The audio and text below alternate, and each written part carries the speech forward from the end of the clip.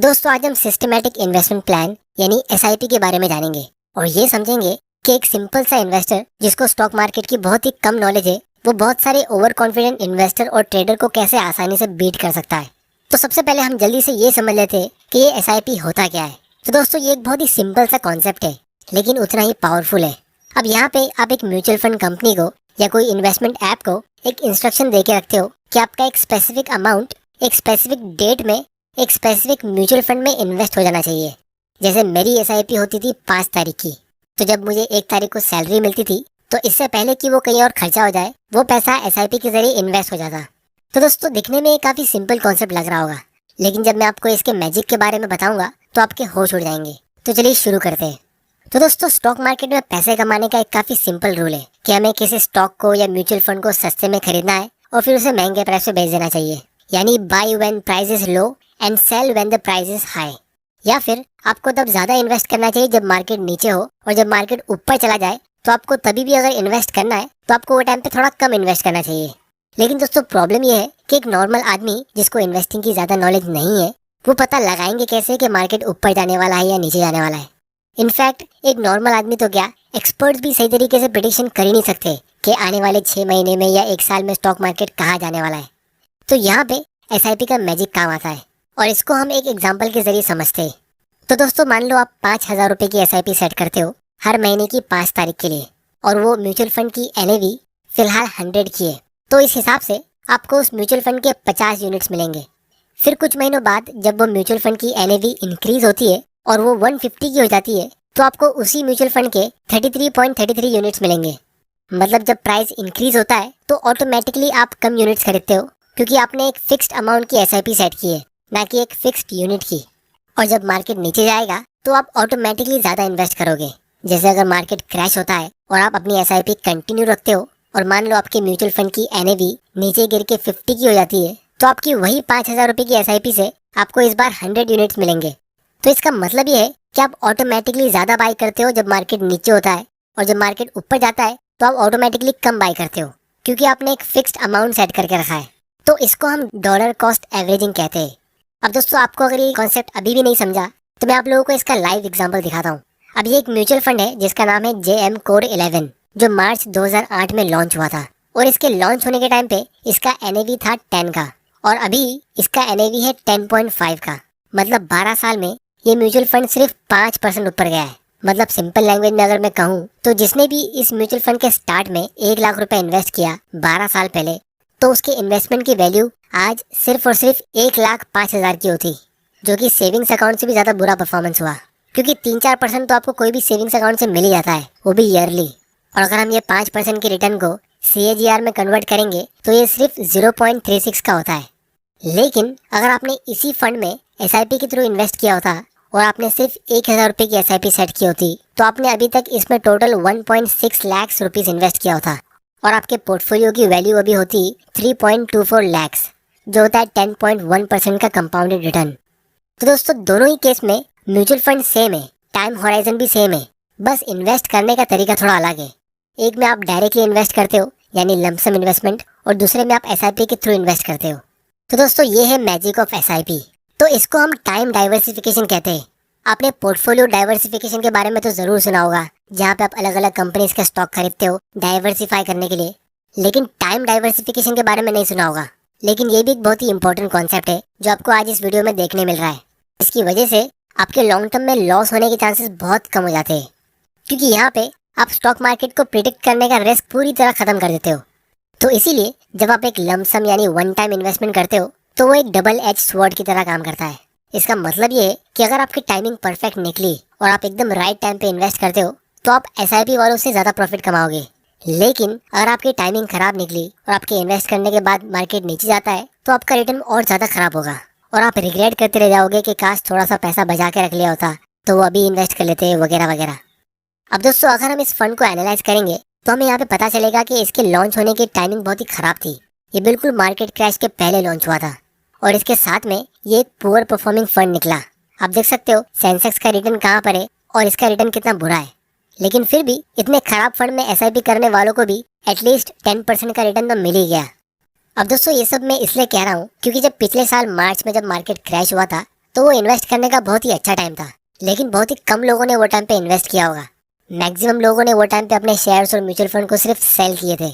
मैंने खुद अपने बहुत सारे फ्रेंड्स को कहा था कि उन्हें वो टाइम पे स्टॉक्स और म्यूचुअल फंड में इन्वेस्ट कर लेना चाहिए, लेकिन वो टाइम पे उनमें से किसी ने भी इन्वेस्ट नहीं किया, क्योंकि किसी भी बिगिनर के लिए ऐसे टाइम पे इन्वेस्ट करना बहुत ज़्यादा मुश्किल होता है। लोगों को उतनी हिम्मत ही नहीं होती है ऐसे टाइम पे इन्वेस्ट करने की।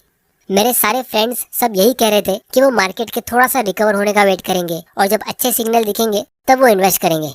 लेकिन जिन लोगों को मैंने पहले से ही एसआईपी के लिए सजेस्ट किया था, उन्होंने अपनी एसआईपी चालू रखी थी, क्योंकि वो मार्केट के अप्स एंड डाउन्स में इन्वेस्ट करते आ रहे थे। और इसीलिए एसआईपी इन्वेस्टर्स ने पिछले साल के मार्केट क्रैश का फायदा उठाया। लेकिन जो लोग स्टॉक मार्केट में अच्छे मौके का वेट कर रहे थे, तो वो लोग अभी भी वेट ही कर रहे हैं। और बाकी लोग जिनके पास थोड़ी सी स्टॉक मार्केट की नॉलेज होती है, तो ऐसे लोगों के साथ एक चीज मैं हमेशा नोटिस करता हूँ कि वो लोग बिल्कुल ऐसे टाइम पे ऑप्टिमिस्टिक होते हैं जब मार्केट बहुत ज्यादा ओवर वैल्यूड हो जाता है, यानी वो टाइम पे आपको बाय नहीं करना चाहिए।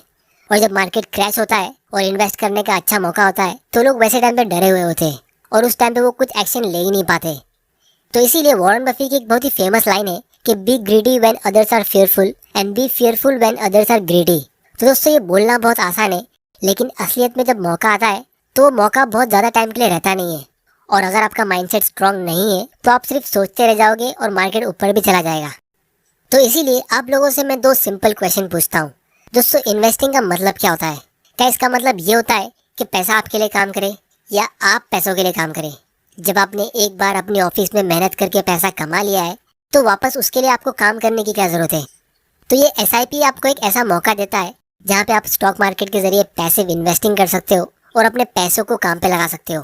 फिर दूसरा सवाल आप लोगों के लिए मेरा ये है कि हम इन्वेस्टिंग करते क्यों हैं? क्या हम इसलिए इन्वेस्टिंग करते हैं ताकि हम ऑफिस के बाहर निकल के मार्केट को लेके चिंता करते रहे, या हम इसलिए इन्वेस्टिंग करते हैं ताकि हमारे पैसों की चिंता दूर हो जाए?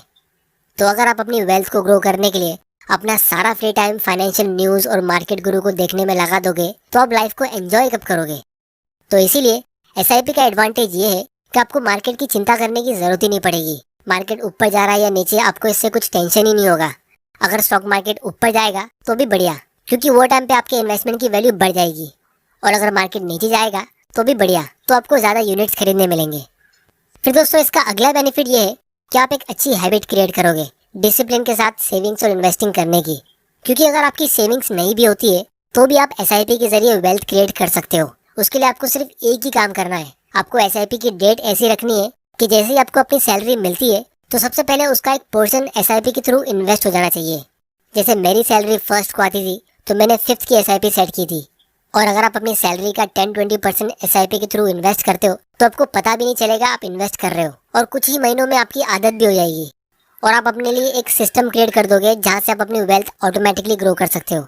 फिर दोस्तों, इसका अगला बेनिफिट ये है कि आप एक छोटे से अमाउंट से भी शुरू कर सकते हो। 500 रुपीज़ से आप एक साथ 500 कंपनीज में इन्वेस्ट कर सकते हो। फिर दोस्तों, इसका सबसे लास्ट और सबसे इम्पोर्टेंट बेनिफिट ये है कि इसके जरिए आप पावर ऑफ कंपाउंडिंग का फ़ायदा उठा सकते हो। क्योंकि कंपाउंडिंग के पावर में सबसे इम्पोर्टेंट कंपोनेंट होता है टाइम। आपको ज़्यादा टाइम तक इन्वेस्टेड रहना होता है कंपाउंडिंग के मैजिक को देखने के लिए। तो अगर आप अपने 20s में एक छोटा सा अमाउंट इन्वेस्ट करते हो तो आप उसको लॉन्ग टर्म में कंपाउंड होते हुए देख सकते हो अपने 30s और 40s में। और जो आदमी लेट इन्वेस्टिंग शुरू करता है अपने 30s या 40s में, तो वो आपके छोटे से अमाउंट के मुकाबले डबल या 4 गुना ज़्यादा भी इन्वेस्ट करेगा तो भी वो आपकी जितनी वेल्थ क्रिएट कर सकता ही नहीं है। इसकी ज़्यादा डिटेल्स मैंने ये वाले वीडियो में डिस्कस की है, जिसकी लिंक आपको नीचे डिस्क्रिप्शन में मिल जाएगी। तो एसआईपी इतना पावरफुल इसीलिए है क्योंकि ये इन्वेस्टिंग से इमोशन को ऑटोमेटिकली निकाल देता है। क्योंकि एक बार आपको एसआईपी सेट करनी है, उसके बाद मार्केट कैसा भी फ्लक्चुएट हो रहा हो, एसआईपी को उससे कुछ प्रॉब्लम होगी ही नहीं, वो ऑटोमेटिकली अपना काम करती जाएगी। फिर यहाँ पे आप मार्केट को टाइम करने के चक्कर में पड़ते नहीं हो। फिर तीसरा बेनिफिट ये है कि आप जब मार्केट क्रैश होता है तभी भी इन्वेस्ट करते रहते हो और ज़्यादा यूनिट्स खरीदते हो, वरना अक्सर लोग ऐसे मौके को मिस कर देते हैं। फिर चौथा बेनिफिट ये है कि यहाँ पे आपको टाइम डाइवर्सिफिकेशन मिलता है। और सबसे लास्ट और सबसे इम्पोर्टेंट बेनिफिट, आप जल्दी इन्वेस्टिंग शुरू करके कंपाउंडिंग का फ़ायदा उठा सकते हो। तो इसीलिए अगर आपको स्टॉक मार्केट के बारे में कुछ भी पता नहीं है तो भी आप इस एसआईपी के जरिए इन्वेस्टिंग कर सकते हो और अपने लिए वेल्थ क्रिएट कर सकते हो। और लॉन्ग टर्म में आप बहुत सारे ओवर कॉन्फिडेंट इन्वेस्टर्स को आसानी से बीट कर लोगे। इसके लिए ना आपको फाइनेंस की डिग्री चाहिए, ना आपको कोई स्टॉक मार्केट के गुरु को फॉलो करना होगा, ना आपको रोज़ मार्केट के उतार चढ़ाव के बारे में टेंशन लेना होगा। मेरा गोल इस चैनल के जरिए यही है कि मैं आप लोगों तक रियल नॉलेज पहुँचाता रहूँ फाइनेंशियल फ्रीडम के लिए। तो दोस्तों, आज की वीडियो में इतना ही। मैं थैंक यू बोलना चाहूंगा आज के वीडियो के स्पॉन्सर फिनिटी को। अगर आपको स्टॉक इन्वेस्टिंग की नॉलेज नहीं है तो भी आप स्टॉक मार्केट में पार्टिसिपेट कर सकते हो इंडेक्स फंड के जरिए, और घर बैठे बैठे अपने मोबाइल से अपनी फाइनेंशियल फ्रीडम की जर्नी की शुरुआत कर सकते हो। अब इस ऐप की खास बात यह है कि ये प्योरली फोकस्ड है लॉन्ग टर्म पैसिव इन्वेस्टमेंट पे। ये एक न्यू एज प्लेटफॉर्म है जो इन्वेस्टिंग को इजी, ट्रांसपेरेंट और सिक्योर बनाता है, जो कम्प्लीटली फ्री है। यहाँ पे कोई भी एजेंट या मिडिलमैन नहीं होता है, जिसकी वजह से आप कोई भी एक्स्ट्रा कमीशन और फी पे नहीं करते हो, और इसीलिए आप रेगुलर म्यूचुअल फंड से ज्यादा प्रॉफिट कमा सकते हो। यहाँ पे आपको स्मार्ट रिकमेंडेशन इंजन देखने को मिलता है, जिससे आप अपने लिए सही म्यूचुअल फंड चुन सकते हो। और आप यहाँ पे अपना KYC डिजिटली साइन कर सकते हो 5 मिनट के अंदर, सिर्फ अपने आधार कार्ड और पैन कार्ड की डिटेल्स भर के।